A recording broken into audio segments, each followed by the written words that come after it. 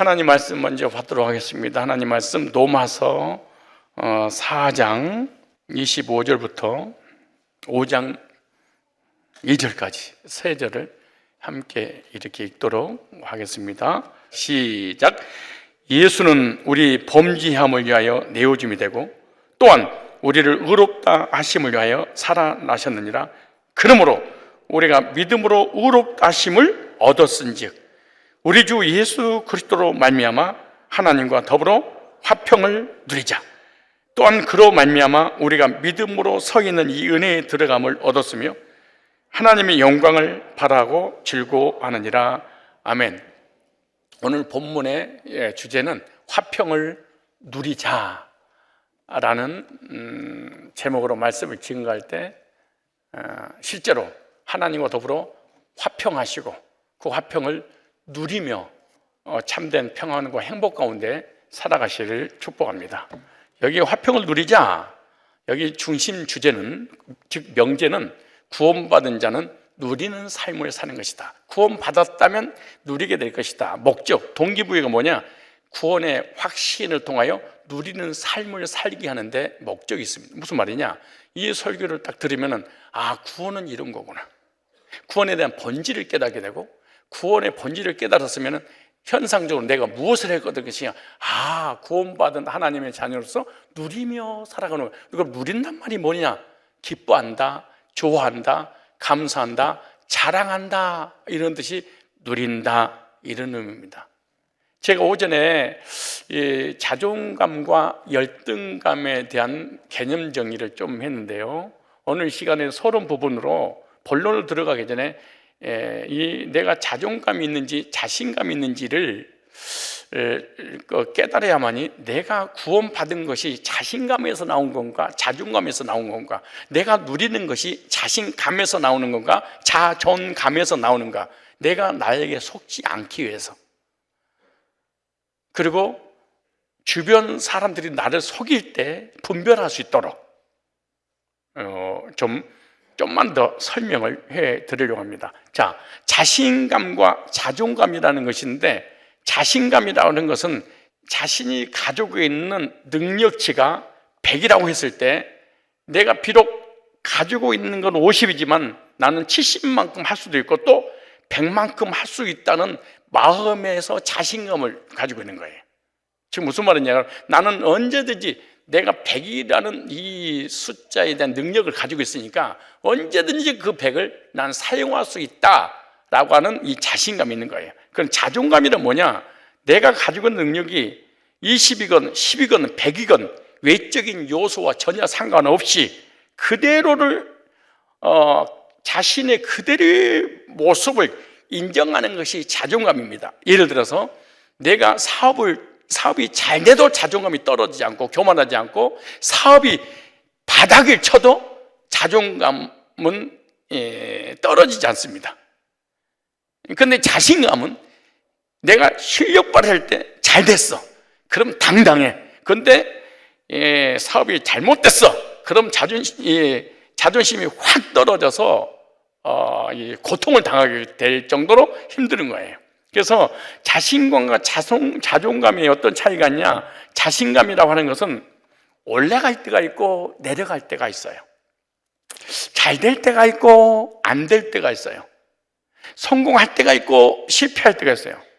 이런 사람은 누구에게 칭찬을 들을 때나 내가 지금 하고 있는 일이 잘 될 때나 좋은 옷을 입을 때나 좋은 집에서 살 때나 직장이 잘 풀릴 때나 자격증을 땄을 때나 사람으로부터 인정을 받게 되면 자신감이 더 급상승하게 됩니다. 그런데 자신감이라는 것은 오를 때도 있고 내려갈 때도 있어요. 그래서 자신감이 올라갈 때는 괜찮아요. 사람이 정말로 멋져 보여요. 당당해 보여요. 그런데 자신감이 떨어지면 삶이 무기력해져 버립니다. 갑자기 그냥 내 생각과 내 마음과 기분이 확 떨어져 버립니다.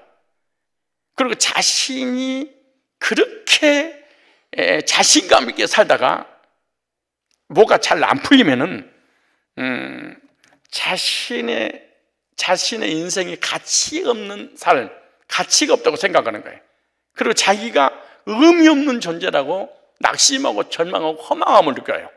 그리고 온갖 부정적인 사람이 되고 부정적인 생각이 들고 부정적인 상황을 만들고 힘든 상황을 볼 때 자신감은요 바닥을 치는 우울증이 와버리게 되는 거예요. 그리고 무기력증에 빠져버려요.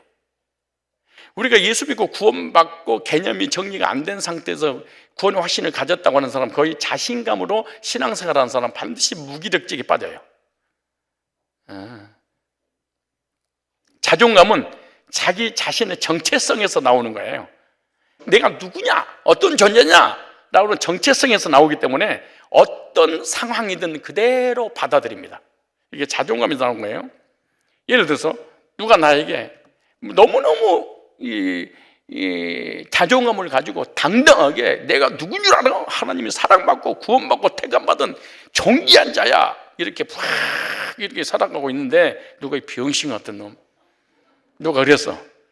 그럼 나는 누가 나 병신이라고 흔들리지 않아요.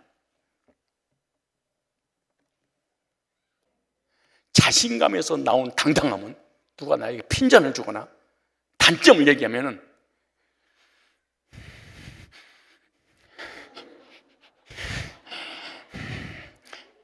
숨이 막힐 정도로 고통스러워해. 이건 자신감이야.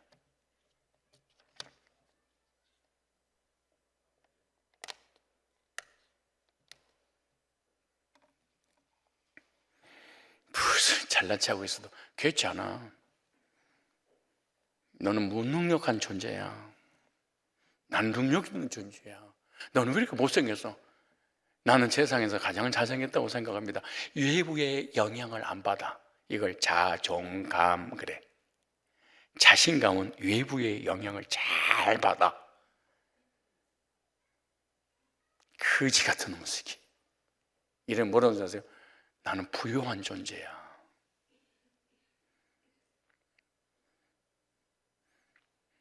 큰 나무가 땅에 뿌리를 깊이 박혀서 어떤 태풍에도 요동치 않는 것처럼 자존감은 이와 같은 거야. 누가 뭐래도 괜찮아. 물론 자존감이 아니고 소시오패스도 거의 비슷해서 헷갈리는데, 소시오패스와 그리스도인이 가지고 있는 자존감과 거의 맞짱 뜰 정도로 배는 게 없습니다. 이 사람은 아무것도 없는데 소시오패스는 주변 생각도 안 하고 마이웨이를 갖다가 소시오패스라고 그러는 거예요. 그러니까 그러든가 말든가 이건 근데 자존감은 달라요. 주변을 다 의식하면서도 불구하고 나의 전체성을 결여되지 않는 사람이 자존감이라고 하는 거예요. 그래서 자신감은 현상적인 것에 반응합니다. 자존감은 본질적인 것에 반응합니다. 주변에서 나에게 뭐라고 해도 내 뜻대로 되지 않는다 해도 자신감은 떨어져 있다 할지라도 자존감은 떨어지지 않습니다. 자존감이라는 것은 자신감보다 더 근본적인 삶의 토대가 되는 거죠. 그래서 스스로 나는 어떤 존재인지 신분을 분명히 알 때 자존감을 가지고 살아가는 거예요. 그래서 자신의 자존심은 어디서 나오냐? 자신감 때문에 자존심이 살기도 하고 죽기도 하는 거예요. 자신감은 자신의 실력에서 나오는 거예요. 자존감은 자신의 정체성에서 나오는 거예요. 자신감은 겉사람에 대해서 나온 거예요. 자존감은 속사람에서 올라오는 거예요. 자신감은 현상적인 거예요. 자존감은 본질적인 거예요. 자신감은 땅의 육신의 것에서 나오는 거예요. 육신의 만족에서. 그러나 자존감은 하늘에서 내려오는 거예요. 자신감을 가지고 있는 사람은 교만해요. 자존감을 가지고 있는 사람은 겸손해요. 자신감을 가지고 있는 사람은 교만해서 다른 사람을 힘들고 고통스럽게 시험에 빠지게 만들어요. 자신감은 사람이 내 곁을 떠나가요. 교만하니까. 자존감은 사람이 나에게 붙어서 사람이 나 때문에 살아나는 역사가 일어나요. 엄청난 차이가 있어요. 자신감은 우월성이 많아요. 자존감은 하나님 관계 속에서 사람이 겸손하기 때문에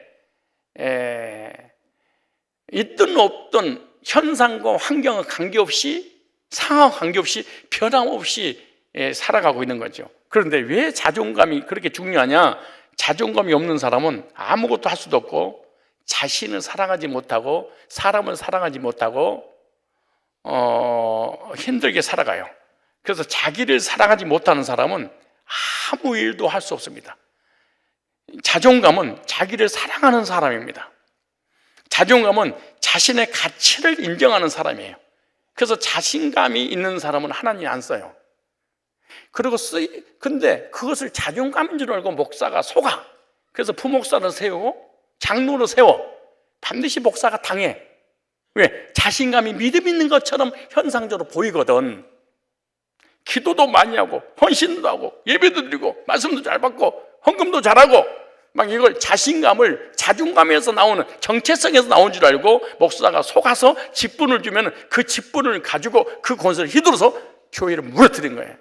속지 말아야 되지. 이 신앙이 자신감에서 나온지 자존감에서 나왔는지. 그리고 자신감을 가지고 있는 사람도 하나님 쓰는데 반드시 버림받아.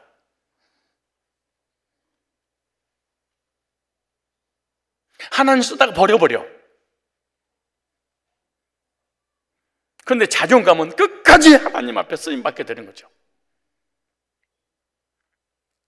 그래서 자존감은 자기 자신의 가치를 인정할 때 나오는 거죠. 어떤 존재인가. 자신감은 현상적인 것이 나를 지배해서 절망도 하게 하고 자신감을 가지고 당당하게 살기도 하고. 그런데 하나님을 떠나 범죄한 인간은 죄 문제 해결을 받고 하나님의 사랑을 체험해야만이 자존감이 생기고 자기를 사랑하는 마음이 생기고 주 안에서 누릴 수가 있어. 여러분들은 자신감이 있습니까? 자존감이 있습니까? 오늘 본문은 구원받은 자의 누림의 삶을 소개하고 있습니다. 오늘 본문 4장 25절 보십시오. 잘 보세요. 본문 4장 25절에 자, 시작. 예수는 우리 범죄함을 위하여, 여기 오늘 본문에 보면 예수님의 이중직에 대해서 나와요. 하나는 예수님께 십자가에 피 흘려 죽으신 것은 왜? 우리의 죄 문제를 해결하기 위해서 죄 짐을 지고 십자가에 못 박혀 죽었어. 보라, 세상 죄를 지고 가는 하나님의 어린 양이로다. 인류의, 저와 여러분의 지은 죄를 십자가에 피 흘려 죽으셨어. 그리고 완벽하게 죄 문제 해결했어. 그러니까 하나님의 공의에 만족시킬 수 있도록 예수님의 그 피를 하나님 앞에 올려드릴 거예요. 그리고 또 하나의 직분이 계셨는데 보세요. 우리를 의롭다 하심을 위하여 살아나셨느니라 그러네. 의롭다고 선언하기 위해서 살아나셨다면 예수님은 대제사장의 직분을 가졌다는 거예요. 그럼 대제사장이 하는 사역이 뭐냐?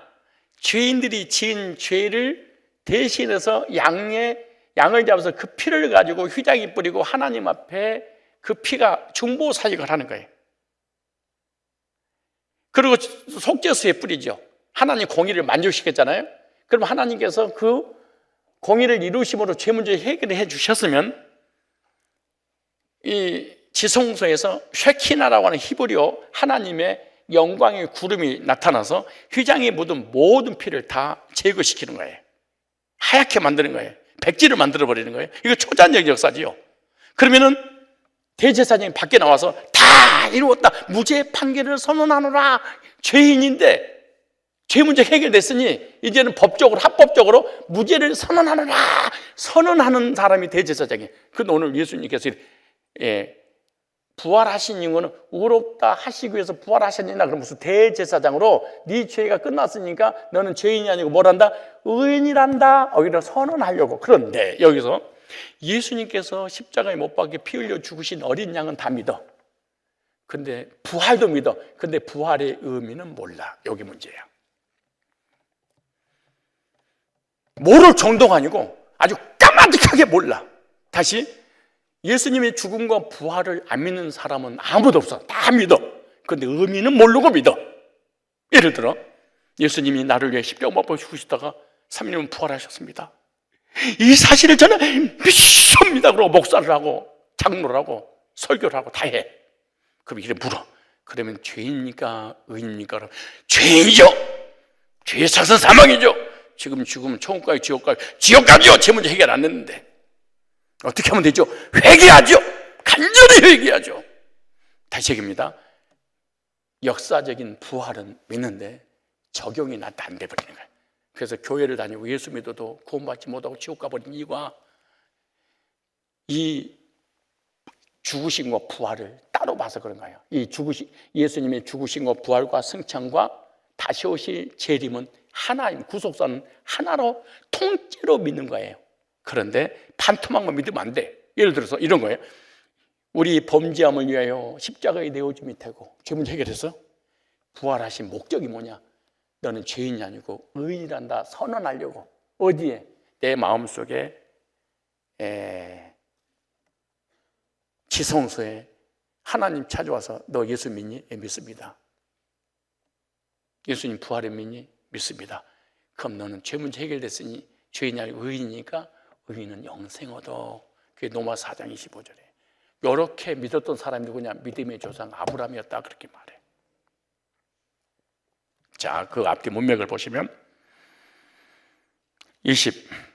22절에 그러므로 이것을 저희 의로 여기셨느니라. 저희 의로 여기셨다 기록한 것은 아브라함만 위한 것이 아니요 의로 여기심을 받은 우리도 위함이니 곧 예수 우리 주를 죽은 자 가운데 살리시를 믿는 자 아니라. 그럼 예수님 누구냐?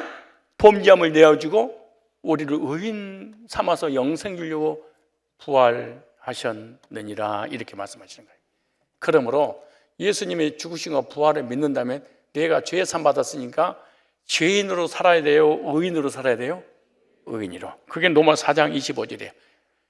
네가 정말로 예수님께서 내가 그리스도께 십자가에 못 박혔나니 그런 이전에 내가 산 것이 아니오 오직 내 안에 그리스도께 사신 것이라. 내가 육체 가운데 사는 것은 나를 사랑하셔서 나를 보내신 하나님의 아들 믿는 믿음으로 사는 것이다. 이렇게 완벽하게 예수님의 죽음이 나의 죽음, 예수님 부활이 나의 부활이 돼서 죄 문제 해결되고 의롭게 돼서 영생을 얻었다면 5장 1절에 그러므로 그랬어요. 따라서 그러므로. 그러니까 로마 4장 25절이 진짜로 믿어졌다면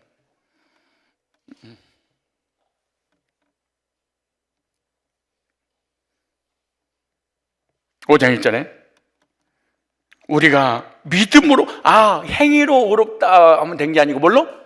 믿음으로 의롭다 하심을 얻었은즉. 여보세요?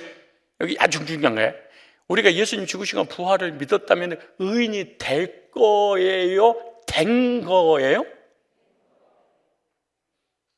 하나님의 자녀가 될 거예요? 된 거예요? 의인이 되기 위해서 노력해야 돼? 이미 의인이 된 거예요?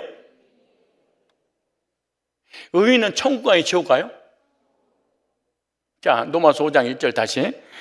그러므로 우리가 믿음으로 행위로 의롭다면 안 되는 거예요? 믿음으로 의롭다 하심을 얻었어요? 얻을 거예요? 얻었은지 그랬어요? 우리 그러니까 교회 다니는 사람들 중에 두 부류의 사람이 있겠죠. 의롭다 하심을 얻을 자가 있고 얻은 자가 있겠지. 얻을 자는 여전히 죄 문제가 해결 안 됐으니까 예수님 죽음과 부활하고 무관한 일이죠. 그래서 얻은 사람이 얻고 난 다음에 어떤 삶을 살아야 되냐? 5장 1절에 예수 그리스도로 말미암아 하나님과 더불어 화평을 뭐하자? 누리자. 그러면 누가 누리며 살아갈 누가 기뻐하고 즐거워하고 감사하고 자랑하고 행복하게 살아갈 수 있느냐? 로마 4장 25절이 믿어지는 사람 아니. 로마서 4장 25절이 믿어진 적이 없는 사람은 하나님과 더불어 화평을 누리는 삶을 살지 못하고 계속 눌리며 살아가. 신앙생활이 고통스러워, 저주스러워. 이 종교 선택하는 것에 대해서 가장 불행한 사람으로 생각하며 괴로워서 열등감 속에 살아가겠죠. 생각해보세요. 죄 때문에 지옥 가야 되는데 예수님께서 죄 문제 해결해 주셔서 천국 가게 해주셨잖아요. 그래서 뭐 하자? 누리자. 딱 누리자. 누리단 말이 무슨 말이에요? 기뻐하자. 그 다음 뭐 하자? 좋아하자. 그 다음 뭐 하자? 감사하자. 그 다음 뭐 하자? 자랑하자. 왜? 죄산 받고 오르게 돼서 구원받아 천국 가니까.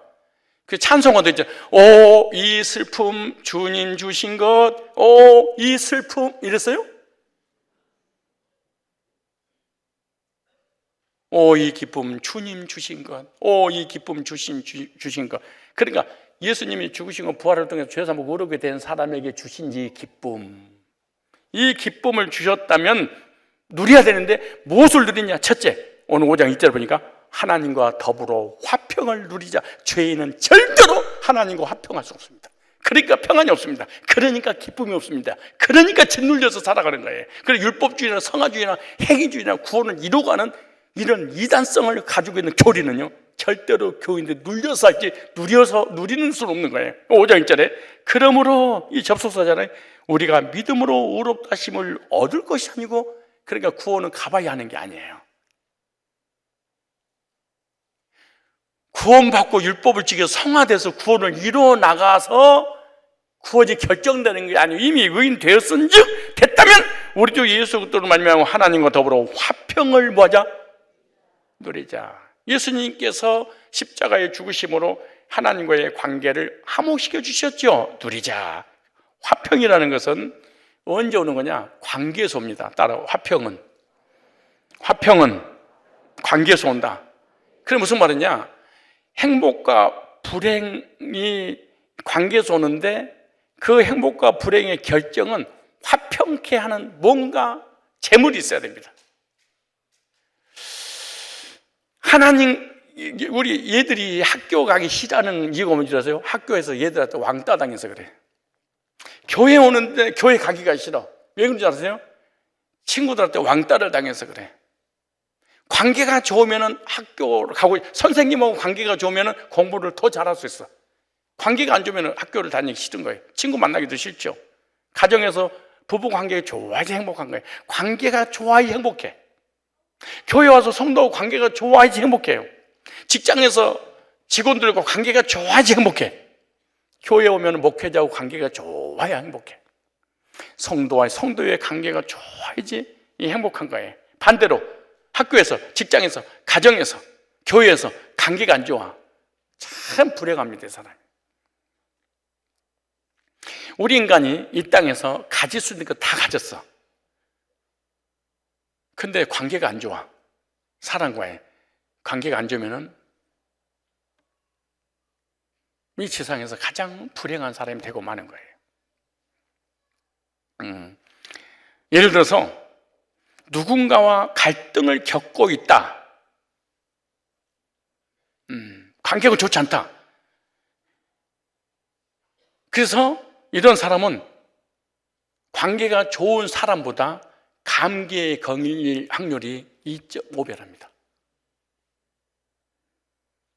그러니까 가정에서, 직장에서, 교회에서 사람과의 관계만 좋아도 감기 안 걸려.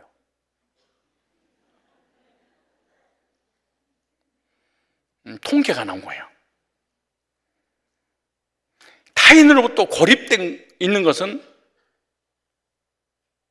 말다툼을 통해서 이루어지는 것이잖아요. 이런 사람은 건강에도 좋지 않대. 인간관계 폭이 좁은 사람들은, 사회 관계망이 넓은 사람들에 비해서 감기에 걸릴 확률이 4.2배가 된답니다. 모든 사람과 더불어 화평한 사람과 화평치 않는 사람. 그러니까 담배를 피우고 흡연으로 인한 감기보다 훨씬 높은 수치야. 그러니까 감기가 안 좋은 게 담배 피는 것보다 더 안 좋다는 거야. 사회적으로 잘 융화된 사람들은 병이 들어도 회복도가 빠르고 관계가 안 좋은 사람보다 좋은 사람이 더 오래 산다는 연구 결과가 나왔습니다. 성질이 더럽거나 사람과의 관계가 안 좋은 사람은 얼마 못 산대.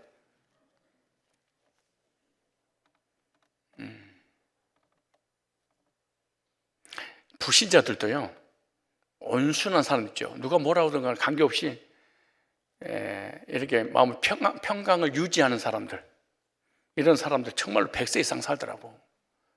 근데 예수 잘 믿어도 성질이 더럽고 막 지락 같잖아요. 얼마 못 가서 그냥 죽어버리더라고. 그냥 병 걸리고. 뒤에서 수군거리고 비방하고 헐뜯고 미워하고 사람 관계에서 멀어지는 사람은 결국 행복할 수 없습니다. 건강할 수도 없고 기쁨이 있을 수도 없습니다. 사람과의 좋은 관계를 가져야만이 인생이 아름답고 행복합니다. 그런데 관계 중에 가장 중요한 관계가 하나님과의 관계입니다. 창조주와의 관계입니다. 모든 관계는 피할 수 있습니다. 하나님 관계는 피할 수가 없습니다. 이 지구상에서 가장 불행한 사람은 하나님과의 관계가 좋지 않는 사람. 모든 것을 다 가졌어도 하나님 관계가 좋지 못한 사람은, 아무것도 가지지 못한 사람이 하나님 관계가 좋은 사람은 헐 불행합니다. 맨 처음에 하나님께서 우리 인간을 만들 때는 최고의 좋은 관계였죠. 흠도 점도 없이. 그런데 인간이 선악과를 따먹고 이 죄가 들어와서 하나님과 단절됨으로 관계가 깨졌어. 그래서 이제 불행이 시작된 거예요.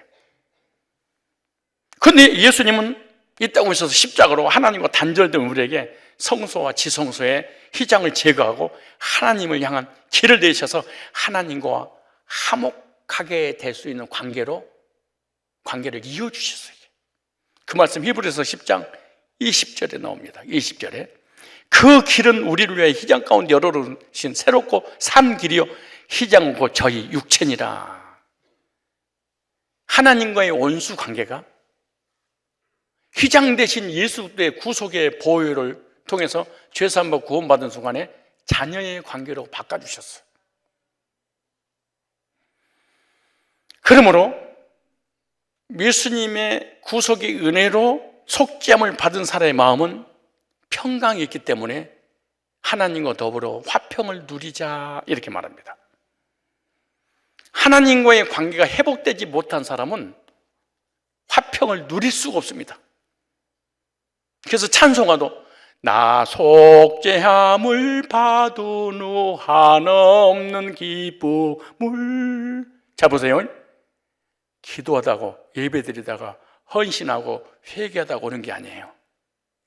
나 속죄함을 받은 후 한없는 기쁨을, 자 보세요, 내가 기도하다가 하나님 화평이 되고 예배드리다 화평되고 헌신하고 충성하고 사명을 가지고 화평된 게 아니에요.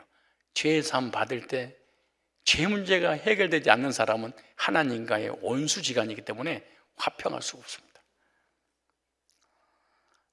그래서 나 속죄함을 받은 후 한없는 기쁨을, 무슨 기쁨을? 기쁨을 할 때 좀 제가 잘 이렇게 끌고 가죠. 그때 그렇게 목소리가 안 나올 때 이렇게 나 속죄함을 받은 후 한없는 기쁨을, 이렇게 다들 이렇게 딱 되면 그냥 딱 올라가. 이게 내 노하우인데 괜히 알려줬네. 나 속죄함을 받은 후 한없는 기쁨을 헤아릴 수 없어서 날 헤아릴 수 없어서. 그러니까 속죄 받을 때 기쁨이 와. 왜? 하나님 관계 회복되니까.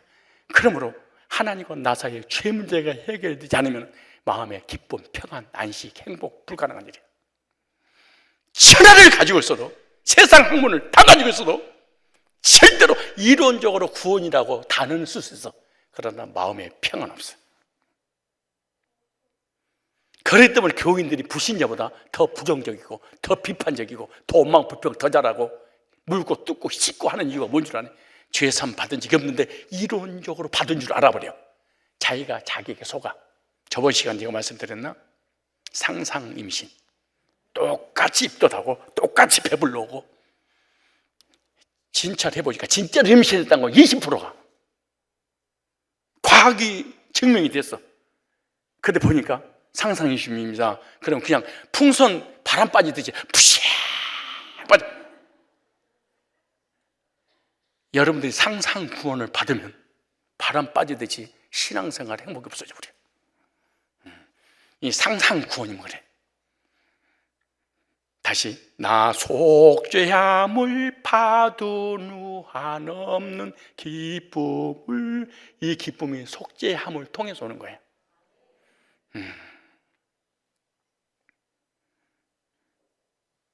그 다음에 화평을 억지로 되는 것이 아니라 구원받은 사람은 하나님과 화평을 누릴 수 있어요. 요한복음 14장 27절을 볼까요? 평안을 너에게 끼치노니 곧 나의 평안을 너에게 주노라.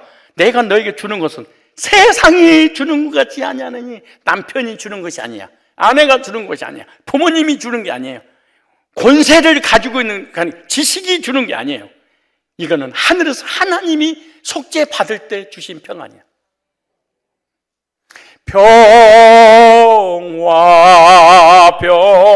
평화로다 하늘 위에서 내려오네. 어디서 내려와요? 하늘에서. 근데 여러분은 평안을 어디서 찾아오냐? 남편의 월급에서, 사업에서, 지식에서, 사람의 관계 속에서 평안을 찾으려고 그래. 이건 일시적인 것들입니다. 그 관계 회복되면 저놈하고 관계가 문제가 생겨. 저놈하고 해결되면 요놈하고 해결돼. 우리 교회에서 시험 들어서 시험 안 들려고 다른 교회 가면 그쪽에서 시험 드는 두 놈이 찾아와. 이 여자가 마음에 안 들어서 이혼해서 다른 여자를 만나잖아요. 그 여자는 더 지독한 걸 만나. 이걸 몰라서 그래. 이 세상에 살아가는 삶이 너무 고달파서 자살하면은 너무 행복할 것 같아. 지옥이 기다리고 있어.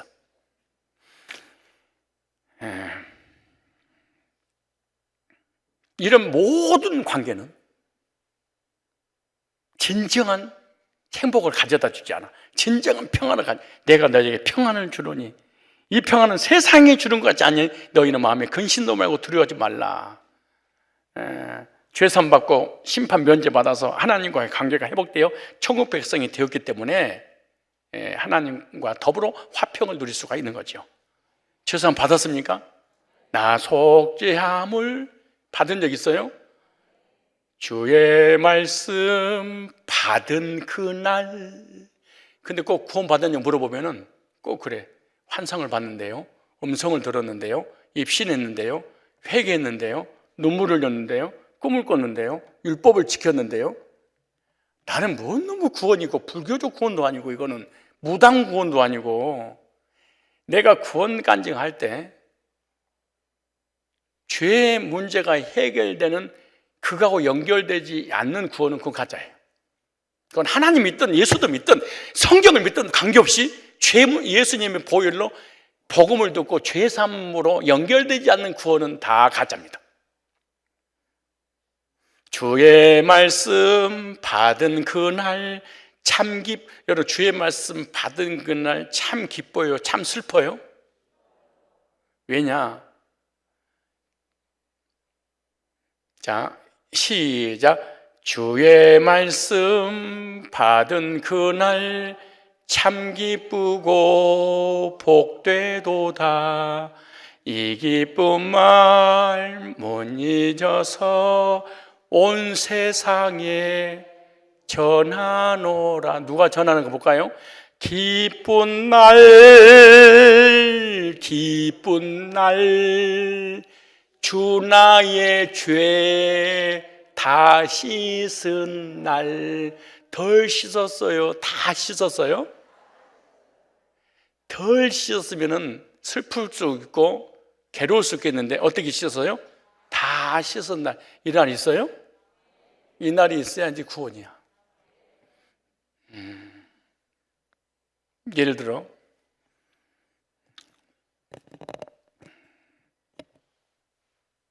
자기 자녀에게 집을 한 채 사줬어. 얼마나 기쁘겠어. 야, 네 명의로 됐어. 내가 계약을 치렀으니까 중도금, 잔금은 네가 쳐라. 한 달에 월급이 200만 원밖에 못 받는데 이자가 300만 원이야. 이날은 기쁜 날이 아니고 무슨 날이야? 슬픈 날, 슬픈 날. 부모 때문에 빚 갚아야 되는 날. 왜 기쁜 날이 되지 못한 이유가 왜 그런 줄 아세요? 죄 문제를 싹 해결되는 날이 없어. 이 날이 없었던 거야, 교인들에게. 종교 생활하는 거야. 주의 말씀 받은 그날, 복음 듣고 죄 사함받고 거듭난 그날, 참 기쁘고 복되도다. 기쁘고 복된 그날이 있어야 돼. 근데 죄가 덜 씻었다, 절대로 이 마음속에 평화와 기쁨은 불가능한 일입니다. 만약에 죄 사함받고 하나님 관계가 회복됐다, 그럼 하나님과 더불어 뭘 누리자? 화평을 누리자. 화평을 누리지 못한 사람은 구원받지 못한 사람이고, 화평을 누리는 사람은 구원받은 사람이겠죠. 그래서 빌보 4장 4절에 주 안에서 항상 기뻐하라. 내가 다시 말하노니 기뻐하라. 왜냐? 구원받았으니까. 왜냐? 천국에 갈 것이니까. 왜? 의인됐으니까. 하나님과의 관계가 확실하고 평화를 누리기에 구원받은 사람의 첫 번째 복은 뭐냐? 화평, 평안의 복입니다. 이 사람이 세상에서 가장 행복한 사람입니다. 여러분, 이 세상에서 가장 행복한 사람으로 생각이 들어지십니까? 환경은 절대로 행복을 가져다 주지 못해요. 왜 우울하고 정신적으로 시달리고 잠을 못 이루고 고통스럽냐? 환경을 통해서 행복을 찾으려고 그래서 그래요. 따라서 합시다. 환경은 절대로 나에게 행복을 가져다 줄 수 없다. 이 세상에 그 어떤 것보다 가장 큰 복은 마음의 평강인데, 세상 사람은 진정한 행복이 어디서 오는지를 몰라. 구원받은 사람만 부를 수 있는 노래. 내 영혼이 온종 입어 중한 죄짐 벗고 보니 슬픔 많은 이 세상도 천국으로 화도다. 예. 나 어느 곳에 있든지 늘 마음이 불편해. 주 예수 주신 불편함 늘 중. 이렇게 됐어요, 노래가?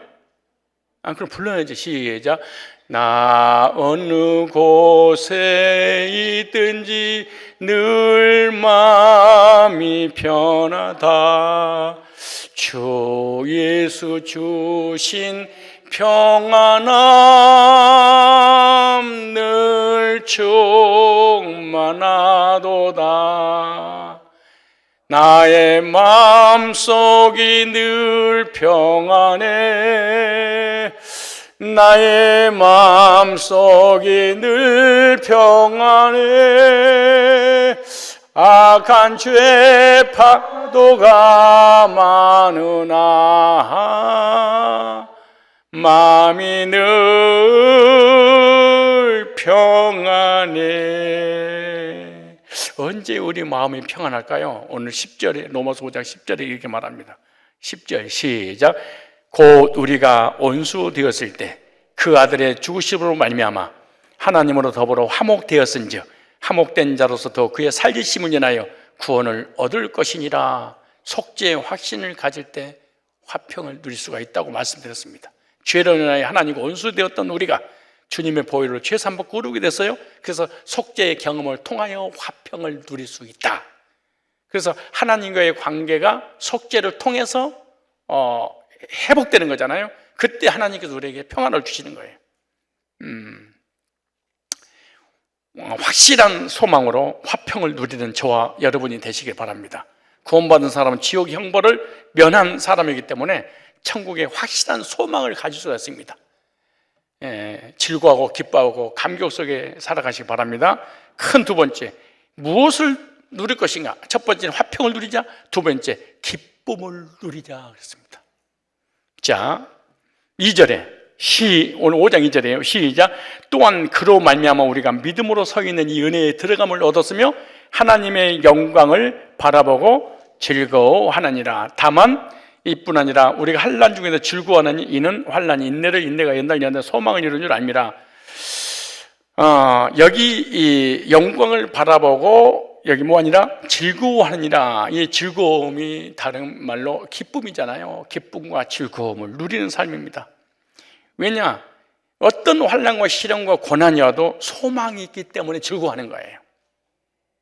우리가 이 땅에 살면서 모든 것을 가졌어도 즐겁고 기쁘고 행복하지 않는 이유가 뭐냐? 이것이 영원한 소망을 가져다 주지 못하고 다 일시적인 것 때문에 그런 거예요.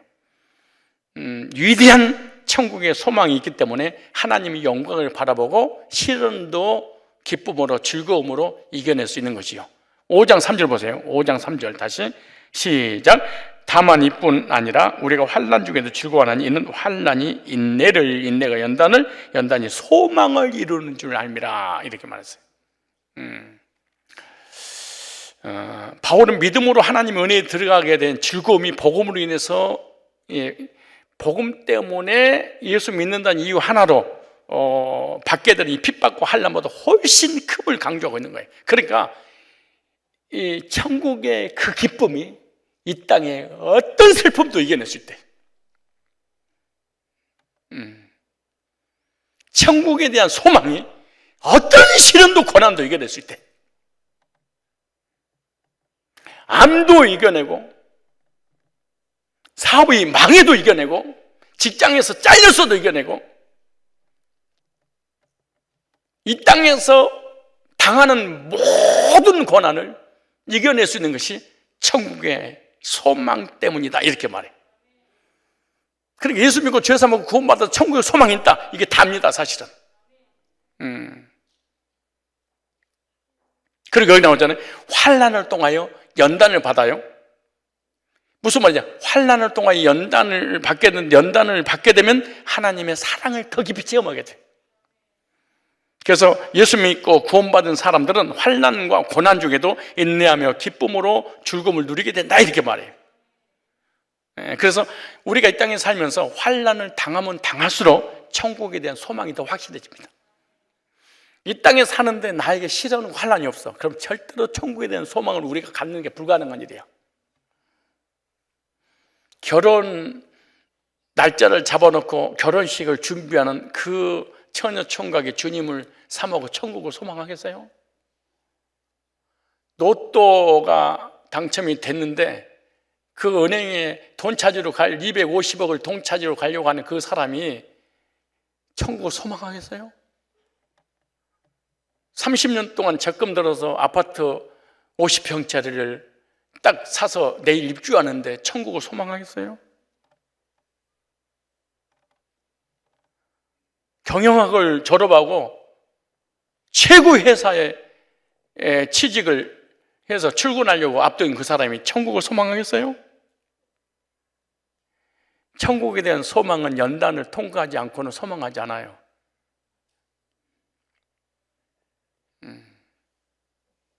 맞아요. 인사하세요. 맞아요. 저 말이 시작. 여러분 예수 믿어줄 뿐이지 천국에 대한 소망은 없어. 왜일까요? 하는 일마다 잘 되니까. 남편이 속을 세게, 아내가 속을 세게, 자녀가 속을 세게, 사업이 안 돼, 뭐가 안 돼? 몸이 아파. 근데 무슨 천국에 갈 필요가 뭐가 있겠어? 그래서 하나님께서 우리에게 시련과 환난을 허락한 이유가 뭐냐? 그것을 통해서 이 땅에 미련을 버리고 천국에 대한 소망을 갖고 살게 하려고. 아니 우리 노래 그렇게 신나게 부르잖아요. 죄 많은 이 세상은 내 집이시네. 죄 많은 이 세상은 누구 집 아니에요? 너무 집이라며. 근데 왜 주인 행세를 해? 너무 집에 새 들어 사는 사람이 왜 그리 근심 걱정 응염렬에 너무 집을 가지고 내 집 아니라며 그거 한번 불러봅시다. 시작. 안 부르고 싶죠? 무슨 내 집 아니야. 전부 다 내 집 때문에 시험 들고 상처받고 근심 걱정 염려하고 괴로워 고통스러우고 짓눌린 게 전부 다 내 집 때문이지. 시작. 죄 많은 이 세상은 내 집 아니네. 내 모든 보화는 우리 집에 있네. 이 보화가 누구 집에 있어요? 내 집에 있고 이 땅에 있는데 무슨 천국을 소망이 말도 안 되는 일이지. 우리 교회처럼 평화로운 교회가 되겠어요. 우리 성도들처럼 목사님을 사랑하고 복음을 사랑하고 교회 사랑하고 복음 사모하는 그런 교회가 있겠어요? 누가 나를 속삭이겠습니까? 속삭이는 누가 있어?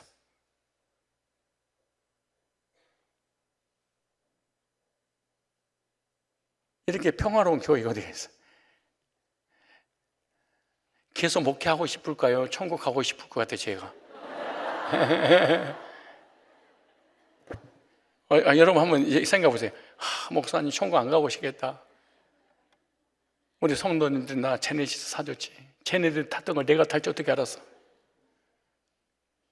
최고의 좋은, 대한민국에서 최고의 좋은 차, 최고의 좋은 집, 최고의 좋은 성도들. 내가 이 땅에서 누릴 수 있는 거 다 누리고 있어.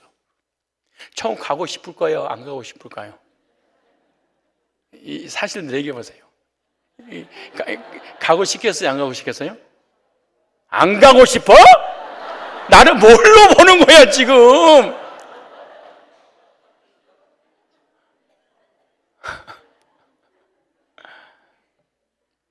시작.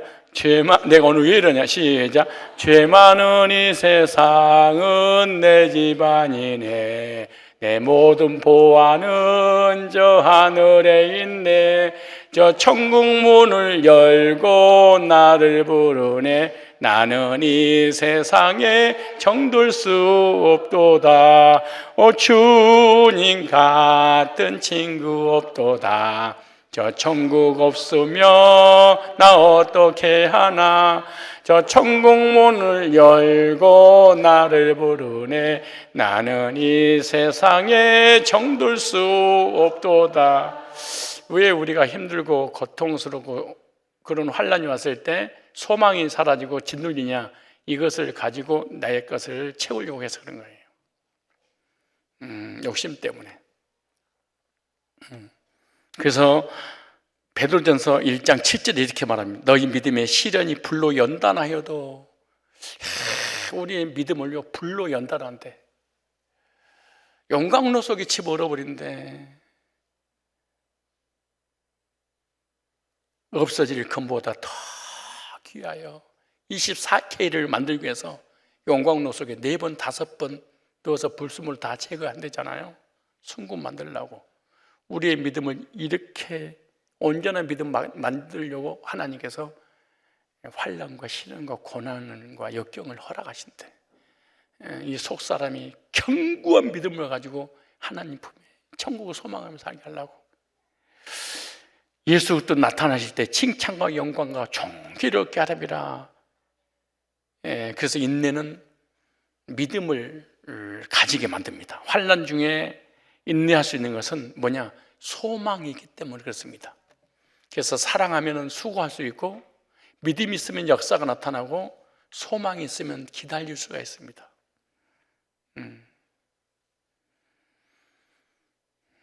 믿음이 있으면 삶의 역사가 안 일어나요. 믿음이 없으면,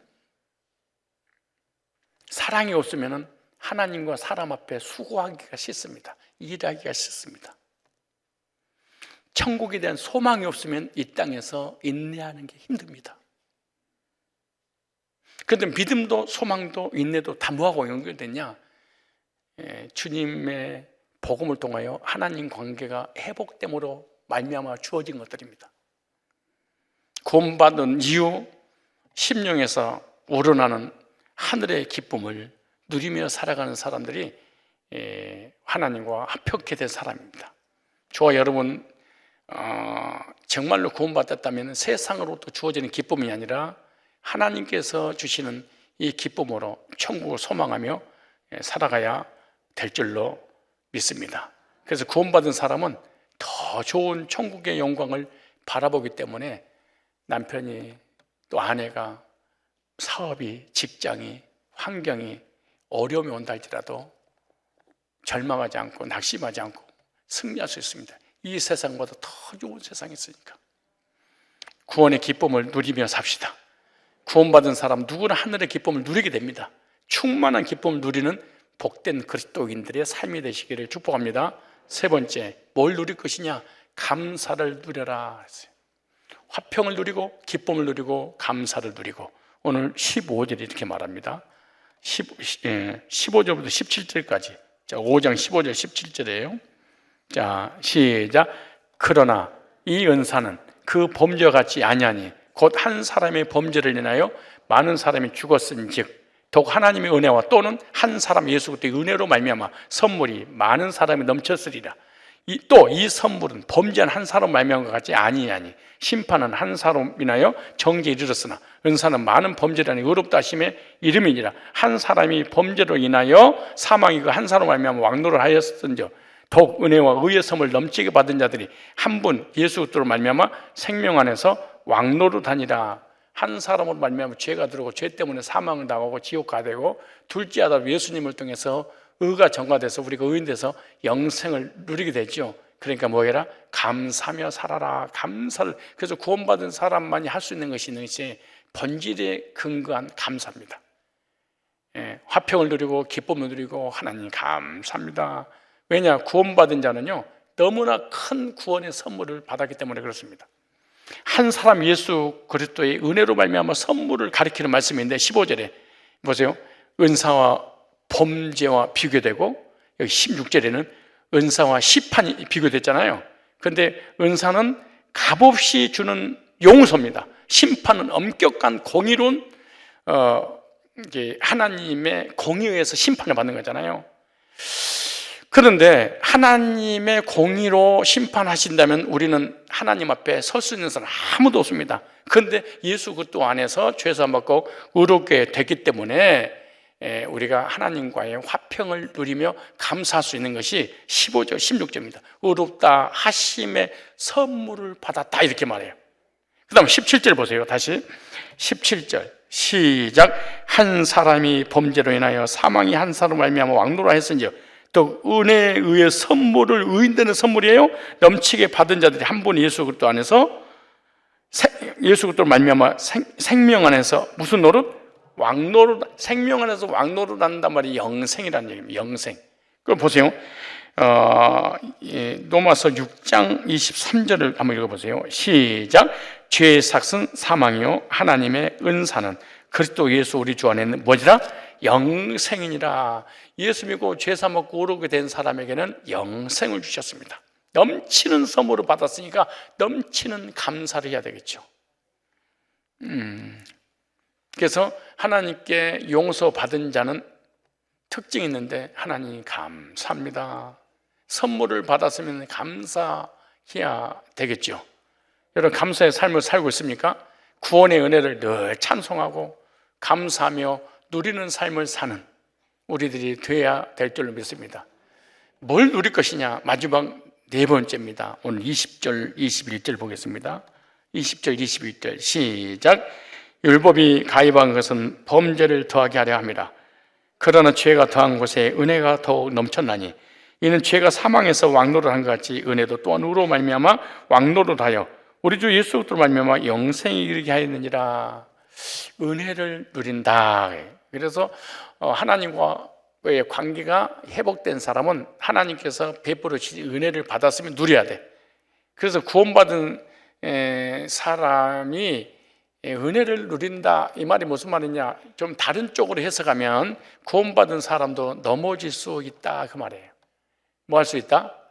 여러분 우리가 예수 믿고 구원 받고 하나님 자녀들 천국을 소망하는 중에서도 우리도 얼마든지 시험에 들게 되고 악에 빠질 수도 얼마든지 있어요. 연약해서 넘어지고 절망한 일이 있을 수 있어요. 그래서 야고보서 3장 2절 그러잖아요. 우리가 다 실수가 많으나 그래요.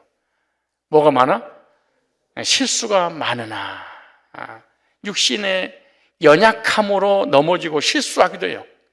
근데 넘어져도 다시 일어날 수 있는 사람이 있는데 하나님께 은혜 받은 사람들입니다. 하나님의 은혜를 받으면 쓰러졌다가 다시 일어날 수 있는 힘이 생기죠. 그래서 잠언서 24장 16절에 이렇게 말합니다. 대저 의인은 7번 넘어질지라도, 의인, 구원받은 하나님을 의지하는 사람들 있잖아요. 그런데 7번은 완전수입니다. 근데 7번 넘어질 수도 있어요. 근데 다시 일어나려니와 그래요. 악인은 재앙으로 인하여 엎드러지느니라. 구원받지 못한 사람이 교회에 다니다가 시험이 들고 악에 빠지면 다시는 돌아오지 못한다. 근데 구원받은 사람이 시험에 들면 반드시 다시 일어날 수 있다. 그러나 복음으로 죄산 받은 적이 없는데 자신감과 이론으로 구원받은 사람은 시험이 오고 악에 빠지고 그래서 넘어지면 다시 돌아올 수 있는 힘이 자체가 없습니다.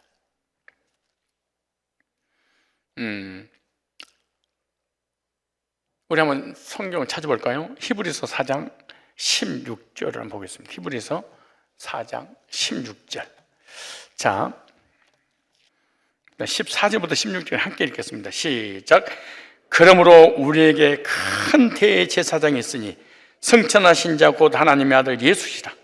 우리가 믿는 도리를 굳게 잡을지어다. 우리에게 있는 대제사장이 우리의 연약함을 채울 동정하지 아니한 자가 아니요 모든 일에 우리 한결같이 시험을 받은 자로되 죄는 없으시니라. 그런데 보세요. 16절 시작. 그러므로 우리가 긍휼하심을 받고 때를 따라. 긍휼하심, 왜 긍휼하심을 받아야 돼요? 죄를 지니까. 하나님이 긍휼을 다시 받아야 돼. 왜 때를 따라요? 때때로 시시때때로 죄를 지니까. 시시때때로 육신의 약함 때문에 넘어지고 쓰러지니까. 보세요. 때를 따라 돕는 은혜를 얻기 위하여. 그러니까 은혜를 받아서 구원을 받았는데 육신의 약함으로 인해서 죄가 들어왔어. 죄가 들어오니까 다시 은혜를 받아야 돼. 그래서 은혜 보좌 앞에 담대히 나아갈 것이니라. 그러니까 하나님께서 우리가 연약해서 죄지고 쓰러질 줄 알고 택하신 게 모르고 속은 게 아니야.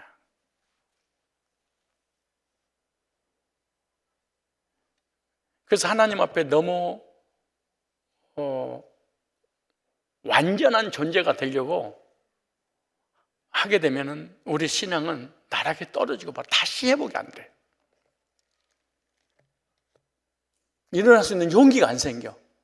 이 모습 이대로 주 받으소서 그래야 돼.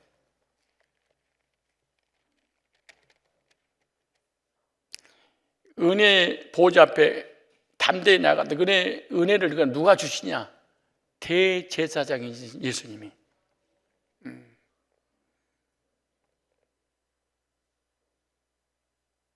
목회자는 기도하고 말씀 받고 예배 인도하고 영혼을 살리는 일이기 때문에 절대로 죄를 짓지 않습니다.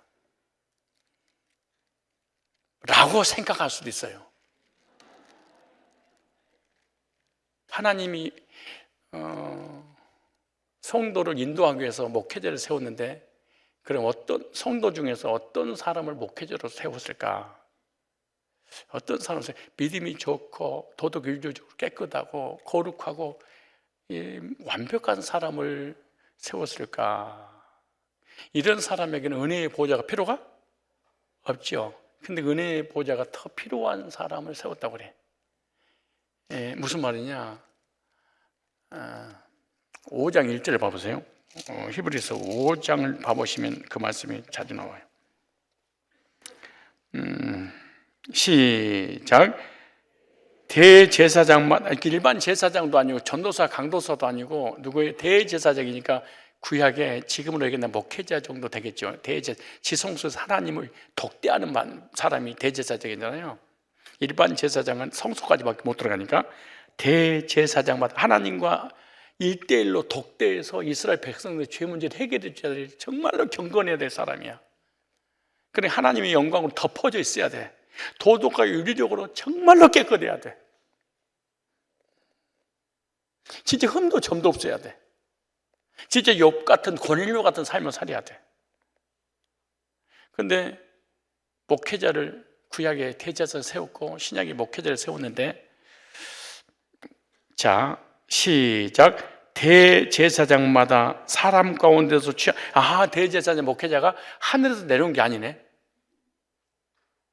그러니까 여러 교인들 중에 세웠대. 신앙인들 중에 한 명을 뽑았대. 목사님을 신비주의로 만들면 안 돼.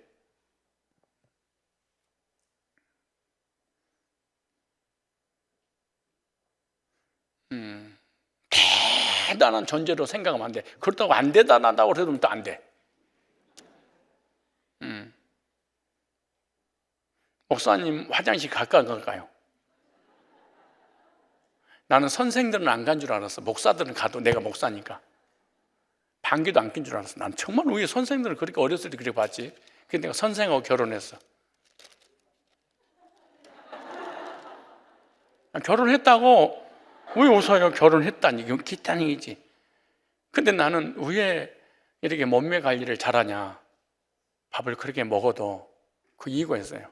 저는 식사 전에는 절대로 화장실을 안 간다. 왜 이렇게 고요히 하세요?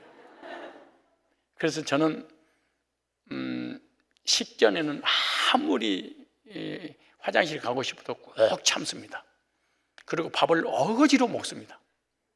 그 시간에. 그리고 밥을 먹으면은 그때서 이제 밀어내기가 나옵니다.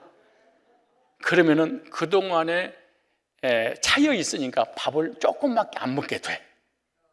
여러분하고 좀 달라. 여러분들은 밥을 먹을 때가 됐다 그러면 있는 없는 똥 다 빼내고 난 다음에 이때라 먹을 때는 이때라 다시 기회를 얻으니까 고기 먹으려고 막 다 밀어내고 소변 보고 대변 다 보고 난 다음에 쏙 비워서 이야 먹어볼까? 그러고 막 뜯어 먹잖아요. 그러면 차곡차곡 차여서 나중에 다 그게 살이 다 돼버리고 말아요. 그래서 저는 이미 차 있으니까 밥 반 고기만 먹으면 딱 배가 불러버려. 그리고 좀 있으면 바로 꼬르르 하고 나 어서 돌아오 화장실에 자꾸 불러. 그러면은 싹 꺼져버려. 지금 먹었던 게. 그럼 원점으로 다시 배가 그대로 돼 있어. 그래서 내가 유지하는 방법이야. 목사도 하나님 살 빼주고 그러지 않아. 절제하지 않으면 목사도 안 되는 거야. 근데 그 목사가 하늘에서 내려오고 신비로운 존재가 아니야. 목사 너무 이상하게 생각하면 안 돼. 그래서 교주가도 위단이 되고 마는 거야. 근데 5장 1절 얘기 말이에요. 대제사장마다 사람 가운데 취한 재물을 하나님께 속한 이 일에 사람을 위하여 예물과 속지 않은 재물을 드리게 하나니. 자 보세요. 저가 무식하고 미혹한 자를 능히 용납할 수 있는 것은 죄짓고 미혹당하고 거짓교리에 빠지고 도덕과 윤리적인 죄에 빠져서 다 쓰러지고 넘어지고 사람들은 직업이 죄짓는 직업이래. 그런데 그 죄 문제 해결하려면 대제사장 앞에 양을 가지고 와야 돼. 속죄피를 흘려야 되니까 대제사장을 반드시 만나야 돼. 근데 오늘 10번 죄를 졌어. 그럼 10번 제사장한테 찾아와야 돼. 죄를 용서받아야 되니까. 그럼 제사장이 뭐라고 그랬어? 또 왔냐? 똑같은 죄를 반복해서 짓고 양을 짐승을 잡아서 피 흘린 제사를 드리고 속죄를 받으려면 계속 와야 될 거 아니에요. 그때 목회자가 어떻게 해야 될 건가? 여기 나와 보세요. 저가 무식하고 미혹한 자를 능히 용납할 수 있는 것은 자기도 연약에 쌓였습니다. 목회자가 성도를 율법으로 내리치고 죄 짓는 걸 회개하지 않으면 지옥 간다고 막 두드러 패고 이럴 수 없는 것은 너도 똑같은 죄인이고 똑같은 죄를 지기 때문에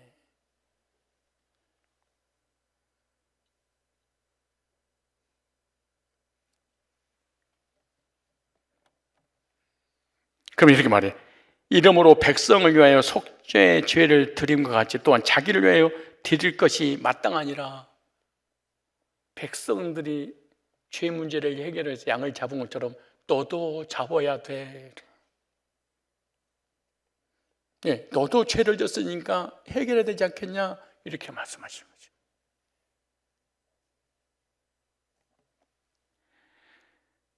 4절 시작. 이 종기는 아무나 스스로 취하지 못하고 오직 아론과 같이 하나님의 부르심을 입은 자라야 할지니라.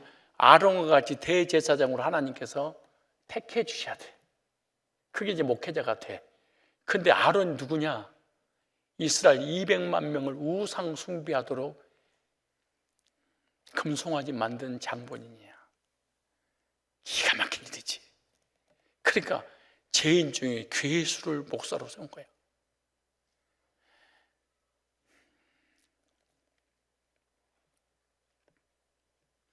이스라엘 백성들 광야에서 우상 숭배하게 했던 사람이 대제사장 아론이었어.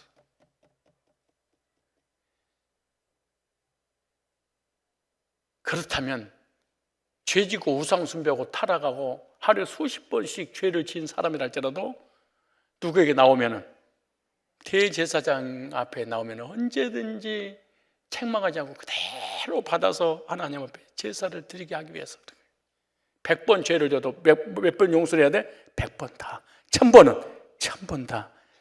이런 사람 내가 흠이 있고 허물이 있으니까 다른 사람을 지적할 수 없잖아요. 이런 사람을 제사장으로 세웠느니라, 목회자로 세웠느니라 그래.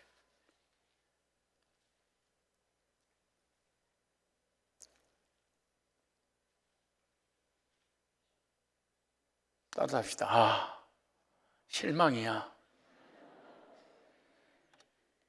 이런 교회 목회자는 부응이 안 됩니다. 하나님이 거룩하니 너도 거룩하세요. 하나님 앞에 한 점 부끄러우시 회개하시고 교만한 자는 하나님이 뭉개뜨리니까 주여 삼장하 10으로 회개하여 낱낱이 죄를 고백하여. 그런 성도들 딱 들을 때 저 목사님은 하나님 동생인가 봐. 저분은 흠도 좀, 그래서 목회자의 근처에 교인들이 못 가. 너무 그 위험 때문에. 왜? 회개를 촉구하니까. 그 목사 집에서 하루만 잡아. 그렇게 외치는 목사 밑에서. 절대 하나님 그런 사람 목사로 세우지 않아요. 자기 스스로 목사가 될 수는 있어도. 그 다음에 보세요. 뭐라고 하는가? 5절에 시작. 또한 이와 같이 그리스도께서 대제사장 되심과 스스로 영광을 취하심이 아니오 오직 말씀하신 이가 저더러 이르시되 너는 내 아들이니 내가 오늘날 너희를 뭐했도다? 낳았도다. 무슨 말입니까? 대제사장 사역을 말씀하시면서 영원한 대제사장으로 멜기세덱의 반차를 쫓아서 예수님 오시는데 그 예수님은 1000번 10,000번 죄를 져도 우리가 쓰러질 때마다 주님께서 우리에게 찾아오셔서 죄를 용서해 주실 것이란다. 그래서 히브리 4장 16절에 은혜의 보좌 앞에 담대히 나올지니라. 무슨 말이에요? 오뚜기 신앙을 가져라. 오뚜기의 사명을 가져라. 오뚜기의 사명이 넘어지는 다가 일어난 사명이잖아요. 너희들도 그래. 그래서 7번 쓰러졌다. 그 다음에 그래서 은혜의 보좌 앞에 담대히 나아라. 왜 은혜의 보좌 앞에 불신자가 나오는 게 아니에요. 이스라엘 백성들이 나오는 거지. 구원받은 사람이 나오는 거지. 뭐 때문에? 자범죄 때문에. 그래서 하나님 나와서 하나님이 대제사들은 이렇게 용서하시는데 흠도 덤도 죄도 짓지 아니하신 예수님이 우리를 사랑해서 구속을 피를 흘려주시는데 용서해 주지 않겠냐 이렇게 말씀하시는 거예요. 우리가 하루에 10가지 죄를 졌어. 그리고 10번 주님 앞에 나와서 용서해 주세요. 그래서 11번째 너무 미안해. 그래서 안 나왔어.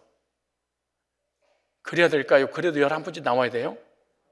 12번째는? 20번째는? 100번째는? 나와야 돼요? 뻔뻔한 놈. 성경에 이렇게 하려잖아. 뻔뻔하면 되라고. 은혜의 보좌 앞에 담대히 나와라.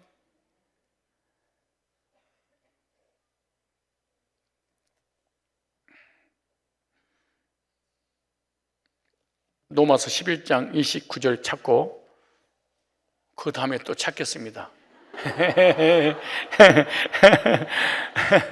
찾고 마치겠습니다. 이럴 줄 알았지. 아유, 난 이러면 고소해서 죽겠어 이게. 로마서 11장 29절에 시작. 하나님의 은사와 부르심에는 후회하심이 없느니라.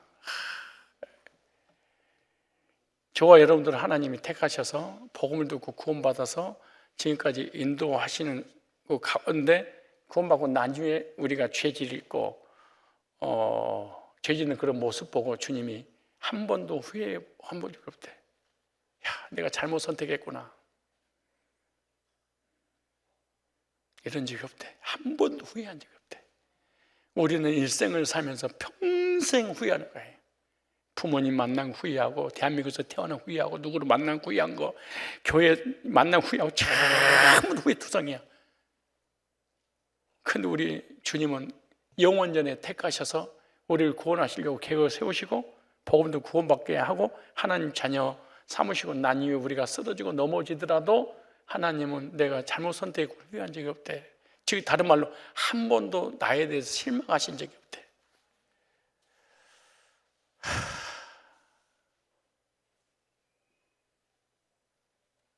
우리가 우리 스스로 자기 자신을 보고 실망해서 그렇지 하나님은 한 번도 실망하신 적이 없대. 후회하심이 따라서 넘어지면 다시 시작하자. 의인도 악인도 넘어집니다. 불신자도 신자도 넘어집니다. 택자도 불택자도 넘어집니다. 구원 받아도 죄지고 구원 안 받아도 죄를 짓습니다. 그러나 다시 일어나는 자는 그리스도인입니다. 다시 일어나는 자는 하나님의 백성들입니다. 혹시 천국을 소망하며 이 세상 정들지 않겠다고 견고한 믿음을 가지고 살다가 연약해서 죄 짓고 넘어진 적 있습니까? 다시 은혜의 보좌 앞으로, 다시 은혜의 보좌 앞으로. 이 은혜의 보좌 앞은요, 은혜만 주시는 곳이야. 절대로 책망하거나 심판하거나 회개를 촉구하는 곳이 아니야. 1000번 만번 죄를 줘도 계속해서 은혜를 베푸는 장소가 지성소의 속죄소, 대제사장 사역인 것처럼 십자가에 못 박아 죽으시고 부활 성천하셔서 하늘 영광 보좌 지성소에서 우리를 속죄의 은혜를 베풀어 주시는 것입니다. 주님 안에서 복음으로 구원받아 의롭게 되어 영생 얻은 성도는 그럼에도 불구하고 누리며 살아갈 수 있는 것입니다. 하나님과 화평하고 받은 은혜에 감사하고 기뻐하는 삶을 살게 되어야 되고, 받은 은혜를 감사하는 중에 넘어져도 오뚜기처럼 다시 은혜의 보좌 앞에 나가 다시 은혜를 회복 받아서 누려야 될 성도의 삶이 바로 그리스도인의 삶입니다. 제가 6주 동안 복음에 대해서 설명을 하고 오늘 6주를 초청을 마치면서 이렇게 구원받았으니 하나님과 더불어 화평을 누려라, 누림에 대해서 말씀을 드렸습니다. 하나님과 화평을 누리고 은혜를 누리고 감사를 누리고 기쁨을 누리고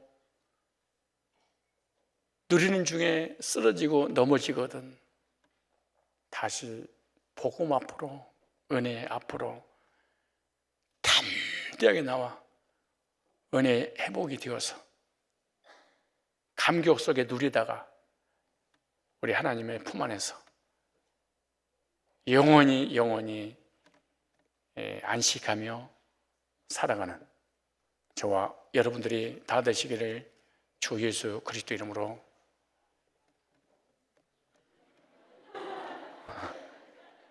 내가 이렇게 마무리 멘트를 딱 하잖아요. 그러면 다들 성경을 덮고 노트를 덮어.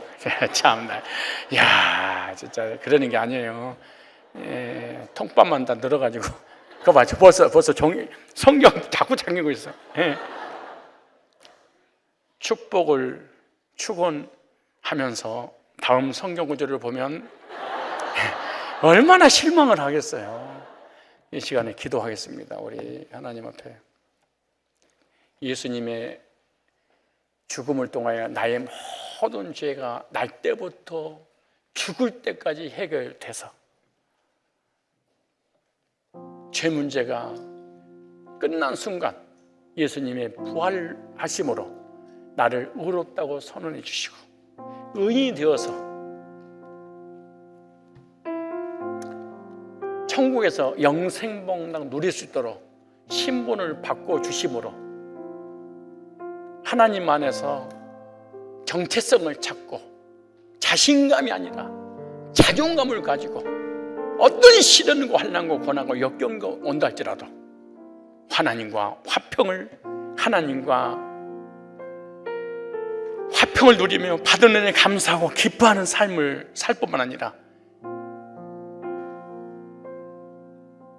살아가는 환경 속에 천국을 소망하며 살게 하려고 때로는 나에게 시련과 연단이 온다 할지라도 그 연단을 통하여 견고한 믿음을 갖고 이 세상을 버리고 천국을 소망하며 살게 하시려고 하나님이 허락하신 줄로 믿고 환경을 이기지 못해서 쓰러지고 넘어지고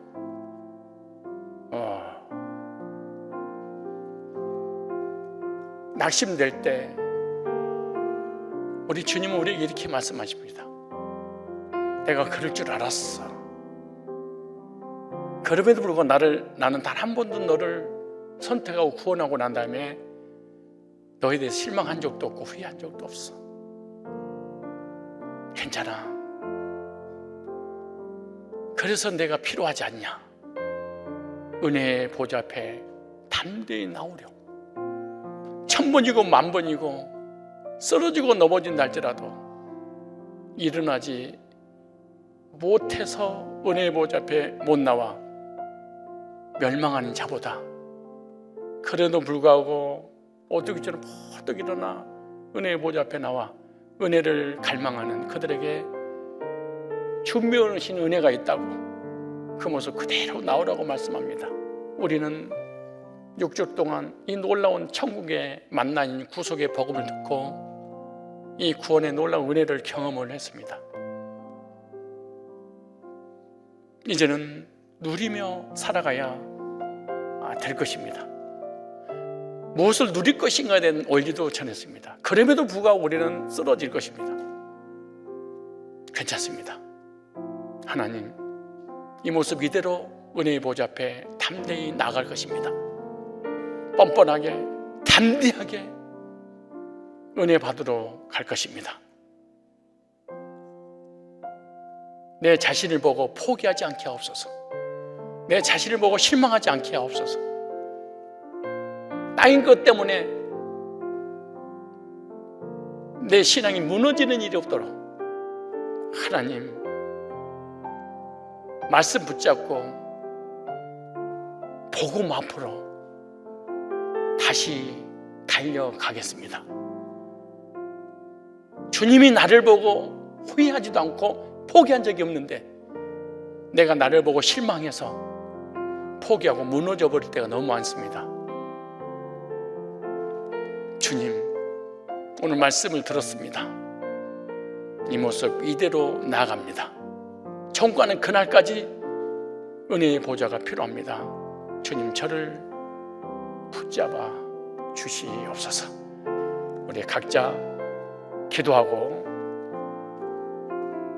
돌아가도록 하겠습니다.